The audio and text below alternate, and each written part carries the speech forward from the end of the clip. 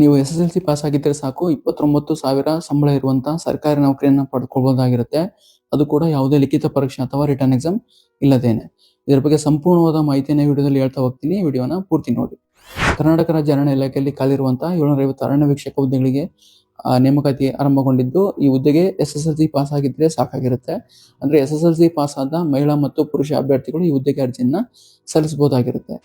ಇನ್ನು ಅರ್ಜಿ ಸಲ್ಲಿಸುವ ದಿನಾಂಕ ಅಂತ ನೋಡ್ತಾ ಹೋದ್ರೆ ಈಗಾಗಲೇ ಅರ್ಜಿ ಸಲ್ಲಿಕೆ ಪ್ರಾರಂಭಗೊಂಡಿದ್ದು, ಇದೇ ತಿಂಗಳು 31 ಅರ್ಜಿ ಸಲ್ಲಿಸುವ ಕೊನೆಯ ದಿನಾಂಕ ಆಗಿರುತ್ತೆ. ನೀವು 10ನೇ ತರಗತಿಯಲ್ಲಿ ಪಡೆದಿರ್ತಕ್ಕಂಥ ಅಂಕಗಳ ಮೆರಿಟ್ ಆಧಾರದ ಮೇಲೆ ಈ ಹುದ್ದೆಗೆ ನೇಮಕಾತಿಯನ್ನ ಮಾಡಿಕೊಳ್ಳಲಾಗುತ್ತೆ. ಮೊದಲೇ ಹೇಳಿದಾಗೆ ಯಾವುದೇ ಲಿಖಿತ ಪರೀಕ್ಷೆ ಇರೋದಿಲ್ಲ, ಕೇವಲ ಫಿಸಿಕಲ್ ಮತ್ತು ಮೆಡಿಕಲ್ ಟೆಸ್ಟ್ ಮಾತ್ರ ಇರುತ್ತೆ. ಇನ್ನು ವಯೋಮಿತಿ ಅಂತ ನೋಡ್ತಾ ಹೋದ್ರೆ ಕನಿಷ್ಠ 18 ವರ್ಷಗಳಾಗಿರಬೇಕು, ಗರಿಷ್ಠ 33 ವರ್ಷಗಳು ಮೀರಿರಬಾರ್ದಾಗಿರುತ್ತೆ.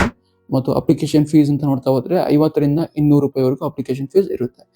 ಯಾವ ಕೆಟಗರಿಗೆ ಎಷ್ಟು ಫೀಸ್ ಇದೆ ಎಂಬುದನ್ನ ನೀವು ನೋಟಿಫಿಕೇಶನ್ ಅಲ್ಲಿ ನೋಡ್ಕೋಬಹುದಾಗಿರುತ್ತೆ. ಇನ್ನೊಂದು ಪ್ರಮುಖ ವಿಷಯ ಏನಂದ್ರೆ ಇದೊಂದು ವೃತ್ತವಾರ ನೇಮಕಾತಿ ಆಗಿರುತ್ತೆ. ಅಂದ್ರೆ ಕರ್ನಾಟಕದಲ್ಲಿರುವ 31 ಜಿಲ್ಲೆಗಳನ್ನ 13 ವೃತ್ತಗಳಾಗಿ ವಿಂಗಡಣೆ ಮಾಡಿರ್ತಾರೆ. ಈ 13 ವೃತ್ತಗಳಿಗೆ ಈಗ ಖಾಲಿ ಇರುವಂತಹ 750 ಹುದ್ದೆಗಳನ್ನ ಹಂಚಿಕೆ ಮಾಡಿ ನೇಮಕಾತಿ ಆದೇಶವನ್ನ ಬಿಟ್ಟಿರ್ತಾರೆ. ಅದರಿಂದ ಅಭ್ಯರ್ಥಿಗಳು ತಮ್ಮ ಕ್ಯಾಟಗರಿಗೆ ಅಥವಾ ತಮಗೆ ಇರುವಂತಹ ಮೀಸಲಾತಿಗೆ ಅನುಗುಣವಾಗಿ ಅದನ್ನು ತಲೆಯಲ್ಲಿಟ್ಕೊಂಡು ಯಾವ ವೃತ್ತಗಳಲ್ಲಿ ಹೆಚ್ಚು ಪೋಸ್ಟ್ಗಳಿದಾವೆ ಎಂಬುದನ್ನ ನೀವು ಗಮನ ಇಟ್ಕೊಂಡು ಈ ಹುದ್ದೆಗೆ ಅರ್ಜಿಯನ್ನ ಸಲ್ಲಿಸಬೇಕಾಗಿರುತ್ತೆ. ಇದನ್ನ ನೀವು ಗಮನ ಇಟ್ಕೊಂಡು ಈ ಹುದ್ದೆಗೆ ಅರ್ಜಿಯನ್ನ ಸಲ್ಲಿಸಿ.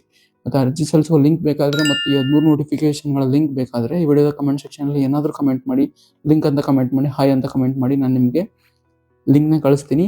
ಇದೇ ರೀತಿ ಜಾಬ್ ಅಪ್ಡೇಟ್ಗಳಿಗೆ ನಮ್ಮ ಬೇಸ್ ಜಾಬ್ ಟಾಕ್ ಕನ್ನಡನ ಫಾಲೋ ಮಾಡಿ.